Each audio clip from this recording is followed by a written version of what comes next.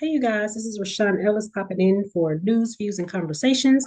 Just want to pop in and give you some more of the Narcissistic Game. We are, of course, still promoting the book, The Narcissistic Game, Insight and Pointers on the Dark Side of Truth for Empaths. It is on Amazon, Kindle, paperback, hardback, and the audiobook out there as well. Definitely get your read, go out there and get a copy of it. Linda Denton Hamblin, she did an amazing job for the audiobook. It was spectacular. I'm just reading you what I'm, trying to give you like a little snippet of what it's about, but she definitely reads it way better than me. She is definitely the narrator. So definitely go out there and get a copy of it, whichever you choose. Like I said, we have four versions of the Narcissistic Game. So definitely go out there and take your pick as to what's out there. Today, I want to read you chapter 22. It is called What Spiritual Rejection Means for a Narcissist or Anyone. When we meet people, we immediately know if we connect with them or not, and whether we can have a long-term or short-term relationship with them. These are the most important moments to really pay attention to. It is in these moments you know if that person is good for the long haul or just an associate. You will also get to find out if they are just good for a conversation or if they are someone you can do next level things with, or if they are just okay with becoming acquainted with you. This is critical as it helps you to decide how close you let people get to you. Do they bring you positive energy and good vibrations? Or whenever they show up, you feel drained or sad because they are more negative than positive. This is the deciding factor in your decision of who to keep close or who to keep at a distance. In some cases, there could actually be certain things you like about them, but then there can be things that won't let you get all the way into them. This means that we have to turn down feelings and love to make the right decision about who is good for us on all levels. Following your discernment of Following your discernment and what God puts in your spirit when deciding if someone's presence is good for you or not.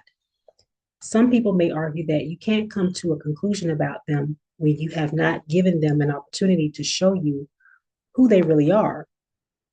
From my experience, I can say that their true identity has already been confirmed in the spirit before one sees the manifestation in the physical. The things we ignore in the beginning end up being the very things we wish we did ignore. It always comes back to haunt us later. Proverbs chapter 3, verses 5 through 7, King James Version says, Trust in the Lord with all thine heart, and lean not into thine own understanding. In all thy ways acknowledge him, and he shall direct thy paths. Be not wise in thine own eyes. Fear the Lord and depart from evil. 1 John chapter 4, verses 1 through 6, King James Version says, Beloved, believe not every spirit, but try the spirits whether they are of God, because many false prophets are gone out into the world. Hereby know ye the Spirit of God. Every spirit that confesseth that Jesus Christ is come in the flesh is of God, and every spirit that confesseth not that Jesus Christ is come in the flesh is not of God. And this is that spirit of the Antichrist, whereof ye have heard that it should come, and even now already is it in the earth, is it in the world. Ye are of God, little children, and have overcome them, because greater is he that is in you than he that is in the world. They are of the world, therefore speak they of the world, and the world heareth them. We are of God, and he that knoweth God heareth us. He that is not of God heareth not us. Hereby know we the spirit of truth and the spirit of error. We don't necessarily have to experience or find things out if we listen to God the first time. I believe that God has something for us on all levels, whether we listen or not. In those moments when we don't listen, God's word is still there, reaffirming what he said the first time. He is not a man that he should lie. His word will not return to him void, and he is the Alpha and the Omega. Self-discovery questions. Do I follow the discerning spirit of God? Number one. Number two, do my relationships with friends and family or significant other bring positive energy? Number three, do I feel uplifted by the people that I know? So I just wanted to hit on this chapter today, what spiritual rejection means for a narcissist or anyone. I wanted to write this chapter because a lot of times we can pick up certain things about people, but I like to describe it where the physical man, we want to believe the good, like, oh, well, I see this part. We see the other part, but we play more into the physical, like, okay, well, I see the good part about them. They're all right. We'll give them a chance. But the spiritual man knows first, right off the rip, what we're going to be dealing with if we engage with this person. It's something about where I've heard my family, and I'm sure you guys probably heard your family probably say it too, follow your first mind, that first instinct, that first inkling. That's God pinging your spirit right there, telling you something's off. And he pings often. I mean, sometimes I'm like, God, whatever it is, please let it be okay. I try to pray through it because I know it's something, but he pings your spirit instantly, no matter who you come in contact with, no matter who you end up meeting, he pings you instantly to let you know if this is a good thing that you should be entertaining, good situation, good person, whatever it may be, whatever the situation may be, person, job, opportunity, whatever it may be, he immediately gives you the pings in your spirit to let you know if you should go forward, if you should not go forward.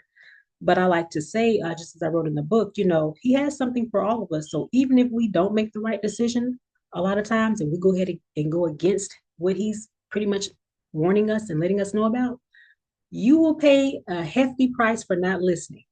Trust me, I know. You will pay a hefty price for not listening. But once he brings you out of that thing and you have clarity beyond measure because you didn't listen, all you can say is, oh my God, he is never wrong. Oh my God, he is always right.